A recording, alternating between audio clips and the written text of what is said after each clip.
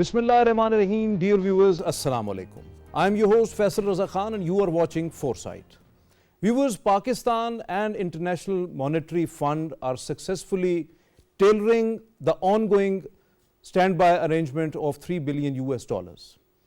Just yesterday, IMF board completed Pakistan's first ever review and approved $700 million for Pakistan, which shows global confidence in Pakistan's commitment to implement economic reforms which are essential and inevitable. Despite of lots of hiccups, hurdles and challenges, Pakistan's economic indicators are promising. Pakistan's economic recovery is ongoing and Pakistan is at the path of stability with the every passing moment. Now, most of the experts believe that IMF program which is ongoing, that is the standby arrangement, will be completed by April successfully. There are several questions arises whether Pakistan will go and avail another long-term IMF program, or IMF will be always there for Pakistan to support, or Pakistan has to stand by on its own feet for self-reliance and self-sufficiency. To discuss this important topic, we have in our studios Dr. Khalid Waleed. He is the senior economist. Along with it, he is also expert in energy and environment as well. Along with him, Hassan Khan, he is the senior journalist. So most welcome to both of you in studios. And online joining us, Dr. Hasnain Javed. You all know that he is a very famous face. He is a senior economist and always have a close eye on all economic developments in Pakistan. My first question to you, Dr. Khalid, that how do you see and how you categorize basically the International Monetary Fund's approval of $700 million for Pakistan? First economic review that was also approved. So in a first month of 2024, how it is important for Pakistan's economy? Well, if we want to gauge the importance of IMF's approval or IMF program for Pakistan, we need to take a different lens for the Pakistan's economy. The traditional lens is that economy is just about indicators, numbers, variables, but there is a other side of other element of economics as well, and that is the qualitative aspect of economics, that is the subjective approach. I define subjective approach in three different terms. First is the credibility, second is confidence, and then there is coordination. In these three terms, Pakistan's IMF program is very important for Pakistan's economy. In terms of credibility, IMF asks us to do some sort of credible measures in terms of economic literature, theoretical economics, rule over discretion, not the popular decisions, but the economic decisions for the long-term sustainability of Pakistan. In terms of confidence, IMF's program provide confidence to the market, to the investors, eliminating the risk of default or economic turmoil. So it is better for Pakistan's economy, for investors, for dollars to flow in, not just from the IMF, but the other investors, private, public, domestic and foreign as well. In terms of coordination, when there is IMF programs, there is a guarantee that there is credibility and confidence in the market. Other players would come in, other investors would come in, other regions, other countries would coordinate with your country. So in that terms, in that regard, confidence, credibility and coordination, this is essential for Pakistan to this sort of element of economy as well, based on indicators, based on the qualitative and quantitative, both terms. Pakistan's IMF program is very essential for Your point well taken and well elaborated. Hassan, as Dr. Khalid said, that it is very essential for Pakistan. So there is another thing which is very essential for Pakistan, that is political stability. Without political stability, you can't attain economic well-being and stability as well. So how do you see whether the political parties are much sensitized that they have to focus on economy, because we haven't seen in their manifestos or in their approach that they are ready for tackling the economy and taking it to the next level? Thank you very much, Faisal. I think this is very important. On one side, as Dr. Saab has mentioned, the the importance of this IMF program and their review and their confidence. I will use the word confidence, and Dr. Saab used the word credibility. So I think both are interrelated with each other. Definitely. So this is the confidence of the international community, and now the others creditors using the international financial bodies. So definitely now they will also comes to Pakistan and in a way help the economy revive. In simultaneously, it will have that snowballing type of an impact when these international credible bodies enter Pakistan and they show confidence on our leadership, on our institutions, on our governance. So definitely then the private, that is very crucial then to attract the private investors. So they invest here. So that is the most important part of it. And I think Dr. Saab will further elaborate on it. As you mentioned that, I think this is the politics and economy. This it goes simultaneous. This is a parallel line. If you don't have a political stability, you can't It goes rather hand in hand. Hand in hand. That's why we use when we were in, I think we were studying in school and in colleges. So how to define the parallel line? So the parallel line, the two lines go together. So the economy and politics. But these parallel lines somewhere intersect each other as well. Definitely, they have to intersect, but those the ideal lines never intersect with each other. So I think for economic development, political stability is a must, and for that, what we are expecting from the leadership that they must come up. I definitely I think will give credit to Shehbaz Sharif when he was the then opposition leader. He offered for what we call it charter of economy, and I think all the political parties look anybody when it comes to power.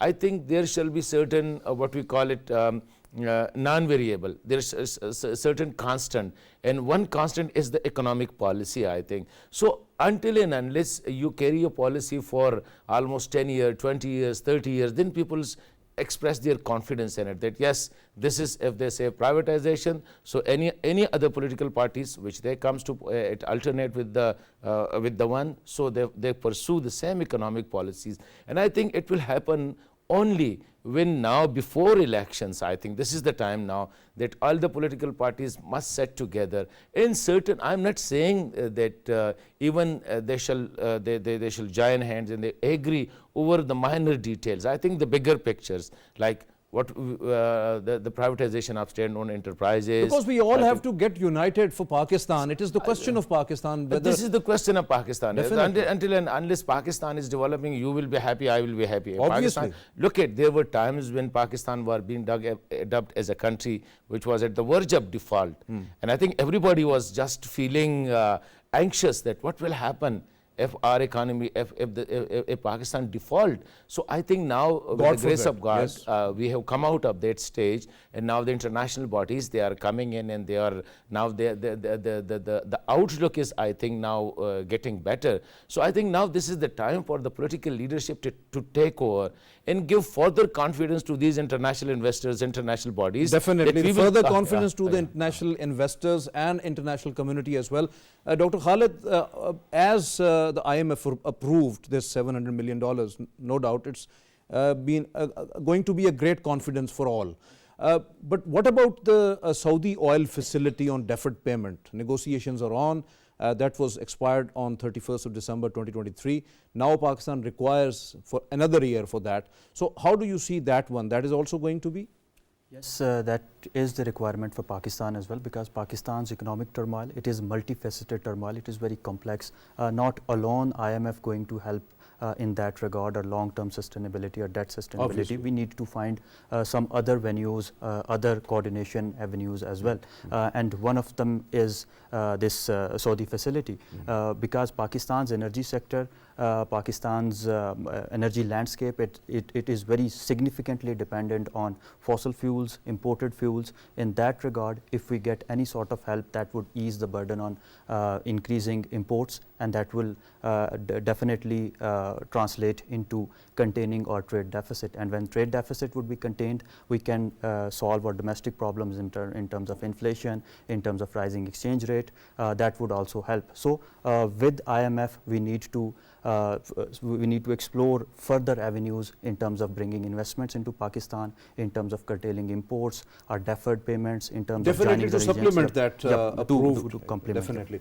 Dr. Hasnan, when we are talking about Pakistan's economic stability, forex reserves is the very important point where Pakistan needs to jump on. So the thing is that right now Pakistan is in negotiation with United Arab Emirates as well to roll over 2 billion US dollars which was actually kept as a deposit into the State Bank of Pakistan. So how do you see whether that is going to happen, because these two friendly countries, brotherly countries, Saudi Arabia and UAE, always there to help Pakistan?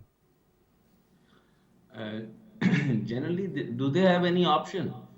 Or do we have any option? Of course, if we have to come up with the IMF, even the Saudi Arabia cannot go against the IMF or the America, or they cannot go against the, even UAE cannot go against the America, so they have to roll up. So rollover is very much important, and of course they will give, and they were, and they will continue to do that.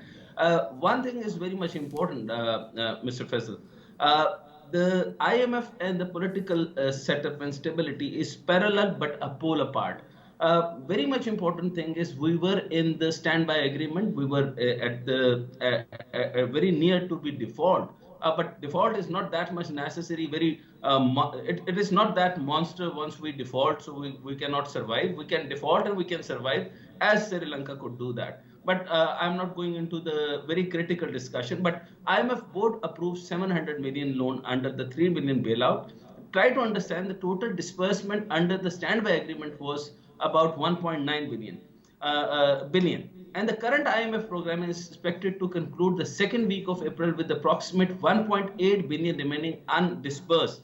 So initial tranche 1.2 billion was released in July. So Pakistan is more likely to receive the remaining amount in March under the 3 billion by the SPA. So the current program with the lender was agreed to in 2019. When the country faced another balance of payment crisis. Since then, the IMF has disbursed about the 4 billion to the Pakistan with the balance of 2.6 billion remaining.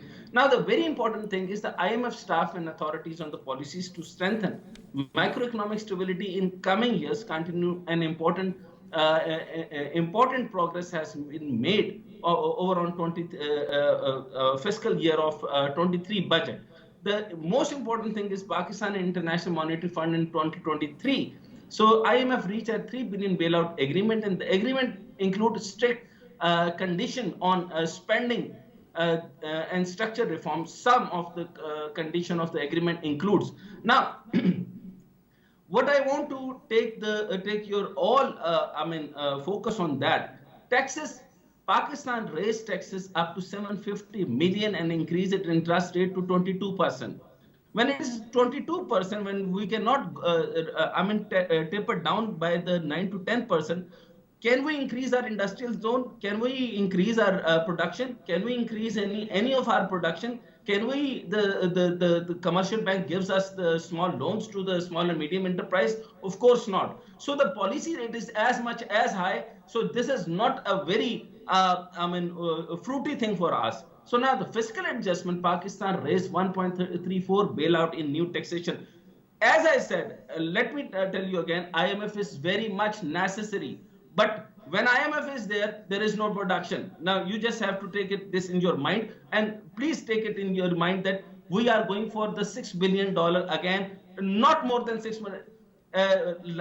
Through the last all program, from the 20th program till 23rd program, they never gave more than the $6 billion of the dollar. So what is the total amount of the $6 billion? What we can do, what we can rise up the energy plant, can we do of the Therkol project? We can't do anything. But fiscal adjustment, Pakistan raises 1.34 billion in new taxation. Inflation is as much as high. The people cannot buy the bread and butter. So IMF must have to take up this. So Dr. Hasnan, you were talking about taxation. You were talking about taxation. So just recently, Pakistan included at least 10 million of the new taxpayers into the tax net, and out of at least 20 million target which was given by IMF. And at least I think so the notice is sent to at least 1.5 million people. So how do you see that? Because increasing tax net is inevitable. Who is paying the tax? You and me. If you are crossing the certain type of the budget, of course, I can tell you your salary, your 17%. Definitely, when you are talking about indirect taxes and the salaried class, yes, no doubt, you are right. No, your salary is 17% of the total tax has been deducted. Have you get anything in return of that paid tax? Of course not. The middle class is paying the tax. The higher class is not paying the tax. The higher class not giving their bills. And most probably the inflation, the major fueled inflation is 38%, and let me tell you, it's going above to the 60%. And the spending cuts, the Pakistan coalition government must make major spending cut to meet the condition of the bailout. Now, let me tell you, once you are making the manifesto, there are just manifesto by just giving you the charity. Is there any productivity in any of the manifesto? Of course, I can't see any of the manifesto. If somebody says that we can give you the half of the oil for the motorcycles, how can they make it? Without permission of IMF, you cannot give the half price of the 1 liter petrol to the motorbikers. Then why they pasted this into the manifesto that we are giving you the half of the oil, we will give you the half of the price of the LPG, we will give you the half of the price of this, how we can deal with the 12% of the alternative energy resources, how can you deal with the hydrocarbon or the other things? So of course, so Dr. Asnan, one question arises here when we are talking about indirect taxes and the taxes on salaried class and the middle class. Why we are not so successful in implementation of direct taxes and fearless development of the tax regime, along with that incentive based tax culture? Exactly, we are going for the 24th IMF program that is necessary. Without this, Pakistan cannot breathe. This is the breather, we cannot execute. But let me tell you, this is why I use the word, I coined the term on your program, just on your program, and I will write an article on it, parallel but pole apart. So it is parallel but pole apart. None of the political regime wanted to have this IMF. They wanted to come out of the IMF, and believe in me, everybody wanted to come out of the IMF, but Pakistan cannot survive. Why not? Because you have to pay 2.6 trillion of the IPP program, independent power producers. This is the bad planning. This is a complete bad planning. We can not do that. Electricity. The hydroelectricity, you can take the one unit on the 6.76. You have the expert, you can ask him. All alternatives are just the projects, and all just the projects will have the red tapeism. And red tapeism is the core problem which IMF is playing us. So IMF asks you not to play with the red tapeism. Don't go for the red tapeism. This is why the July-December revenue collection target, as you saying that, we are making the target for the tax collection broaden. And if there is a tax collection, if I give all the tax, how can I go for the business? And let me tell you, all these circumstances, business will not flourish any way possible. So all we can do is just bread and butter and just a little amount of few things, so business cannot survive. So collection target of 4.425 trillion given to the IMF has been successfully surpassed by 43 billion. So we have paid this much amount. Even if we take the amount from LPG, if we have to give the price, we have to pay our people to the higher price of the petrol, and we have to complete the target given to the IMF. But well elaborated, Dr. Asnan, well elaborated. Is it correct that we are, Dr. Khalid, when we are saying that we are collecting tax and all other things, and we are actually bridging gap, the deficit gap from the poor people, from middle class, when we are talking about, especially when the petroleum development levy, we are attaining a benchmark, at least we are crossing now 250 billion rupees soon. So how do you see that? Why not the alternatives like direct taxes and a clear-cut, transparent tax regime? In terms of fiscal reforms, I would say there are two streams. First is obviously you mentioned that tax revenue, reforming tax revenue, reforming tax culture, reforming FPR. Second is the public expenditures.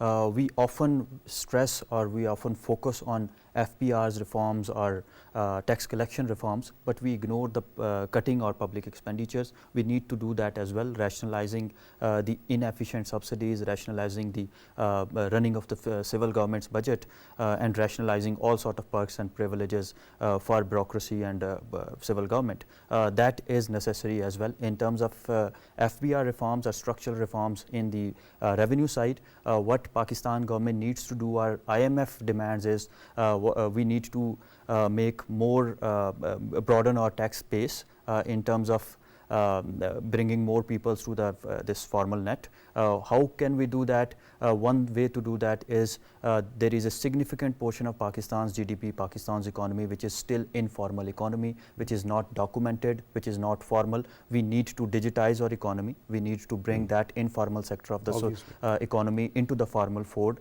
We need to link NADRA's database with FBR's database so that each person who is attaining CNIC number also attaining the NTN number. So in that way, everyone is a filer and FBR can. You're talking about non-documented economy. Yep. So when we are talking about taxation and all other things, you know that Dr. Khalid, that smuggling is still going on, and there is a rampant incidence of smuggling. Billions of dollars we are draining out. Along with that, state-owned enterprises, they are eating billions of rupees over the years, and we are injecting a bailout and all other things. Till when we are doing, and how we are going to plug in these loopholes? Let me appreciate some of the efforts of caretaker government, that they efficiently manage and administratively controlled this hoarding of definitely, although they have limited mandate, but they have done a marvelous job. They've done a good job in curtailing the smuggling of physical goods as well as the dollars, which brought the dollar rate from 300 plus to 280 something, which is very good, and we should appreciate that. Second is that if we want to have efficient market system or efficient exchange rate market system, we need to make it market based, let the market forces act, and we need to have this generic sort of exchange rate determination in Pakistan to maintain our foreign exchange reserves and maintain our fiscal and trade deficit. What government needs to do in terms of that is the upcoming government in 100 days, they need to continue that administrative control. They need to make more and more dollar inflows in the economy, exploration of more avenues which can bring FDI in Pakistan, public and private. Secondly, very most importantly, is that we need to eliminate these inefficient subsidies. For that, these parties need to make their manifestos very, I would say, in positive manner, rationalized, not make promises or slogans to the general public, which are not well taken, Hassan. As Dr. Khalid said, that political parties have to give such manifestos which are applicable, which are practical, particularly to once again to maintain the course of Pakistan's economy. And also, when IMF board approved a tranche, so how much it is important for the foreign investors to invest in Pakistan, to park their investments here in Pakistan, and how much important that what should be the strategy of the political parties to have that investment in the country? Look, Faisal, I think this is very important. Now we are in the process. The election schedule has been announced, and almost now we are just weeks away, not month. We are just weeks away from the D-Day when election will be held. So I think mostly, which Dr. Hasnain has referred to, the statement of certain parties' leadership telling the people that we will reduce the electricity, what you call it, obviously, free electricity to the people of certain categories, or certain fuel reduction in fuel prices, etc. These are political rhetorics. These are the political rhetorics, might be, or the incentives, but where is the concrete policy by the political parties? That part is very important. I think now this is the time for the Pakistan's political party across the board, yes, to be serious as far as economy is concerned, because it is the economy which makes the mayor go. It's a very, we were hearing it since long. So I think all the political parties, whether they are religious leaning, whether they are nationalist leaning, whether they are centralist or leftist or rightist, I think they shall agree on certain points. If they want Pakistan economy to survive, if they want Pakistan economy to make progress, there shall be consensus on certain points, and that consensus shall be whichever party, whichever coalitions come into power. So I think that policy shall be maintained. Another important thing is that you must have a clear define economic policies in your manifesto. It is very unfortunate that you pick up the manifesto of any political party. You will hardly see such important things, that what will be your economic structures. Like, look, if you tell any, it's just like our religious political parties, what will be your economic system? It is there, it will be based on Quran. So what is the economy of, what do you call it, Islamic economy, I think. So then they have nothing to do. I think we have experts, as Dr. Khalid and Dr. Hasnain, they are talking about. Hasnain is very right that, look, this is not figures, as Dr. Khalid is saying, it's not only the figures which reflects the state of a country and the country's economy. There's too many other things are involved. So I think we need that those shall pay more to the state who earn more. Definitely. Those shall stay more to the state who are provided more opportunities to earn more, whether they are businessmen, whether they are big agriculturists, farmers, etc., those who are related to the service industry or to the production industry. So I think they shall pay more. Another important aspect is the utility charges. Unfortunately, in Pakistan, there is a culture, yaar ye to sarkari hai. I think this culture of saying it, that this is sarkari, so you have to spend it ruthlessly. I think we have to change this culture. And another very important aspect, and I think definitely Dr. Hasnain and Dr. Saab will be definitely agree with this population explosion. I think you can earn money, you can tax the people, you can earn money, you can bring foreign investors, but your population growth is, I think, is plus 3 point plus. So I think it is unmanageable. So every political party must have a plan that how to control a population. I think without controlling a population, but you can't definitely we require the rational plans for that, not only for economy, but population, taxation and all that. Economy, I think definitely, you are absolutely right. When we are talking about, Dr. Hasnain, Pakistan is going towards elections, and whosoever party is going to, or parties are going to form government, it's going to be a tough year for them, because Pakistan has to at least repay $24 billion this year, and at least we require out of that $13 billion of the rollover. So do you think it is possible? Yeah, let me answer, and thank you very much for putting up this question. That is a loaded answer from my side. let me give you. So the Pakistan total debt is 233 billion. External public debt is 86.6 billion. Debt servicing will rising up to the 25 billion. And the Pakistan need to service the servicing, total overall servicing is the 28% in just 1 year. And Pakistan needs to pay about 77.5 billion till 2026, just in the 3 years. So this is a big amount of the debt you have. And how can you manage? I don't know. And if IMF will manage, they will manage by squeezing your people down, and they will just cry. And let me tell you a very important thing. The Pakistan economy has failed to achieve the target that's set to increase the investment. So the investment rate currently is a 15.4 of the GDP, which is about half of the Southeast Asia. So in a layman term, let me tell you all of your audience that our investment is hardly any new investment comes in your country, which is a big factor, which is a big question mark.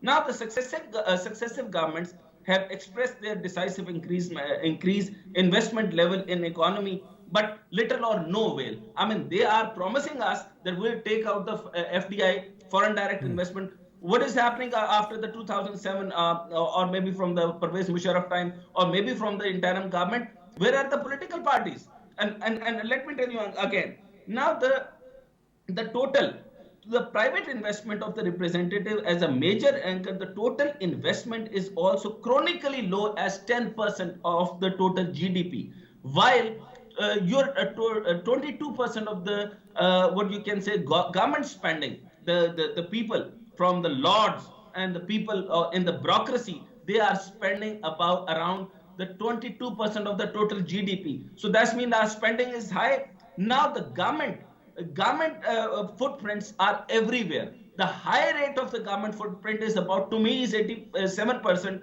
87% or 80% for by the PIDE.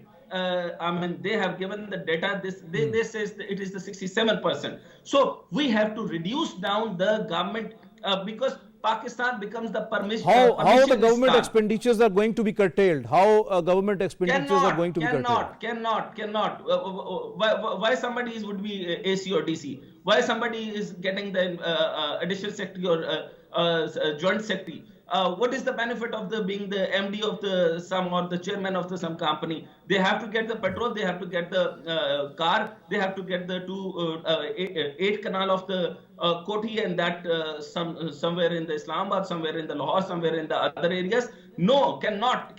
So Dr. Asnan, when in practical terms, it is important that we have got this IMF review and approved the grant. But the thing is that what about Pakistan's exports? Because that is very important area to address. Why not export-led growth in Pakistan? Why not trade reforms and particularly the trade diversification? 20% of the policy rate is there. Who am I a fool to invest in? I have invested in China. I have invested in the recently in Vietnam. I have recently invested in even in the Sri Lanka. I have recently invested in Malaysia. Why should I invest in Pakistan? Because policy rate is 22 and you're not giving me from the board of investment, you're not giving me any of the tax holiday. There is a special economic zone, 9 economic zone. I asked them, please give me the special economic zone, complete tax-free holiday from all the zone. I'll create the chili farm. I'll create the, there is a Chakwal side. There are the lot many olives. And do you know that how much the olive price in Pakistan? It is more than 7,000. So olives, black olives, green olives, there are a lot many olives, and we have wasted around 90% of the 100% of the olives. Dr. Khalid, to you, that what about this trade-led economic growth? Because this is important, and most of the countries, including our friend China, they have implemented it in 90s and they've grown exponentially. So where are trade reforms? Where are trade diversification? Well, I would say that in terms of trade-led growth or export-led growth, we need to understand two different aspects of trade. First is the traditional trade, traditional exports. Second is the non-traditional trade. I am referring to the remittances. I am referring to the export of manpower. We need to radically transform that sector as well. Why not value-added exports? Why not? Value-added exports are, I would say we need to do that as well. But the major portion of inflows of dollars comes from the remittances in Pakistan. But the remittances market is changing in drastically. I would say in Middle Eastern countries, they require more trained labor force. They require technology-based capital, highly skilled and highly educated. We need to transform that sector as well, so that more and more remittances came into Pakistan, flow into Pakistan. Secondly, we need to focus on the finished goods in terms of goods trade or goods exports. Obviously, our major exports are in the form of raw materials. We can transform our industries in such a way that those raw materials can be made finished goods in Pakistan, and then we trade that goods. Second and third thing is that we need to connect the regions. We need to bring more investors into Pakistan, considering the needs of the regions. I would say that in the Middle Eastern countries, they are some sort of food insecure country. Pakistan can provide land. Pakistan has the seasons. Pakistan has the climate to grow more and more corporate farming goods. Very well elaborated. And this is very from important. China. Hassan, elections are on and manifestos are now coming on. Most of the parties have already issued those. So do you think that agriculture is our priority, industry is our priority, because Pakistan is an agro-based economy, so we have to emphasize on that. Do you think that it is happening? I think, and I pray God that it may happen and it shall happen.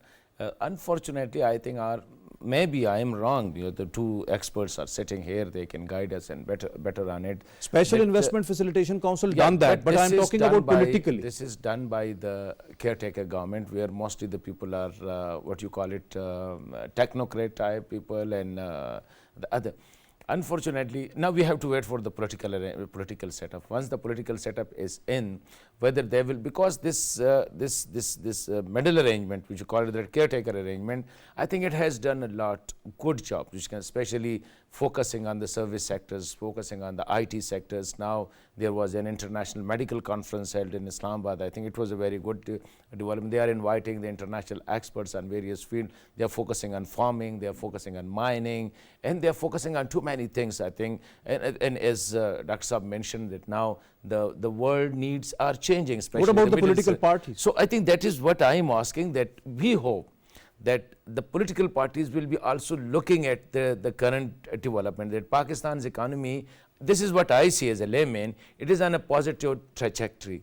And so definitely it will be their responsibility to keep it on that pace. If it is not on the right... because you know that whosoever party is going to make the government or a coalition government, it would be a challenge that they have to carve the next budget. And they have to repay loans, rollovers and all others. So it would be a great challenge for them. So I think it needs, like, look, this as far as the economy is concerned, it is not one man's job. It's not one party's job. It shall be taken as a collective responsibility. Definitely, we all all the have political to be parties, of all the institutions. That look, if we want a prosperous, progressive, and developed Pakistan, we have to be serious on the money. Very serious. So we need to be serious on it. And it's not the political rhetorics which now currently we are looking at, we are hearing, especially during the election campaign. But I think once the election is done and the political parties are there in the parliament, this time I'm pretty sure that they will come up with the charter of economy, because this is the last time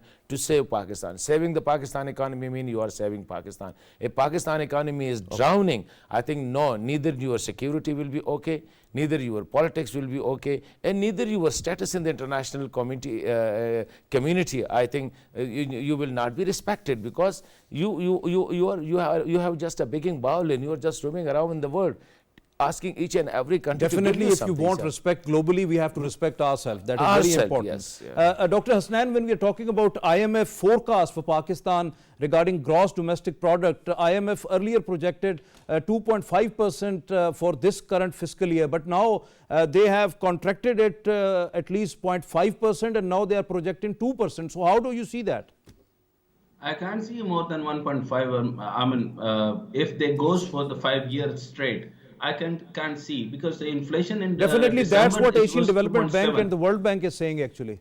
Yeah, because I can't say, even if and with the systematic flow of 5 years, systematic flow, no interruption. If there is interruption, your GDP goes back to 0.29.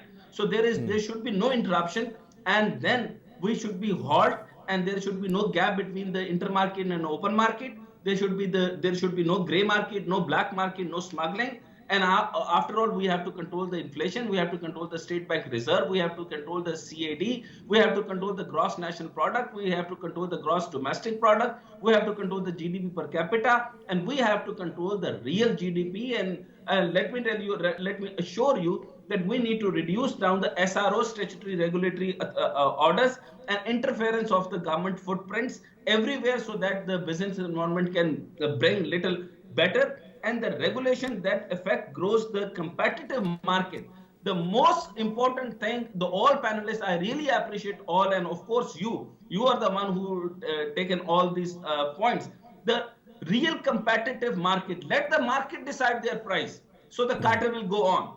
So let the market decide, and definitely we will be on our step. But everybody says the entire government is doing good. So let them continue with this. Why, if there is no manifesto by the political parties, then why we have to take another risk?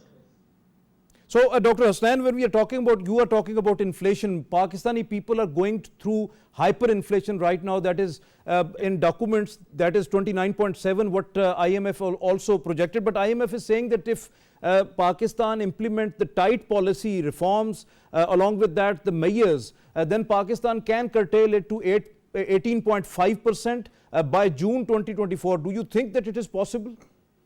No, the core inflation is more than 20%. The total overall inflation is about now it is 42%, and the food inflation is about the 60%. And let me tell you, the 67 products, which is very what we call it, FMCG, fast moving consumer goods. So all fast moving consumer goods, people cannot even touch them in another year. Believe in me, the all hyperinflation will come, and the people cannot buy anything. This would be the reason, and this could be the harmful reason.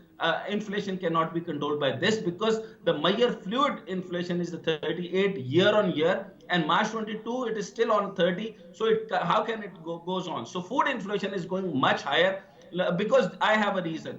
64.7% inflation there in the Turkey. The highest inflation is in the Azerbaijan. Highest inflation in the Bangladesh. How can you reduce down to any of extent? Of course, those who are under the IMF cannot reduce the inflation rate. Thank you very much, Dr. Asnan, for your presence online. Thank you very much for your candid views as well. And thank you very much, Dr. Khalid Waleed, for your presence, your well-elaborated thoughts. Thank you very much, Hassan, for your presence here in studios. Viewers, as our panelists suggested, no doubt that Pakistan got another tranche of from the IMF board, and now it is going to be a benchmark and confidence for the Pakistan's economy, particularly when we have to attract investments and the foreign direct investments primarily. But it is very inevitable that we have to work on industrial development, agricultural development. We have to bring foreign direct investment into the country and enhance our exports, particularly the diversified and reformed exports. That is very important for Pakistan if we gain more foreign exchange and to get the real stability at the economic front. Political parties must have to come up with the concrete measures, concrete policy decisions, and they have to interact with each other to build Pakistan as the strongest economic giant or economic country, because this is very important. This is inevitable. Only the economy is inevitable for Pakistan. Right now we have to survive, as most of the people are suffering from the hyperinflation. Political parties have to give the way out. This is today's Foresight. It's time to sign off. Allah Hafiz wa Nasr.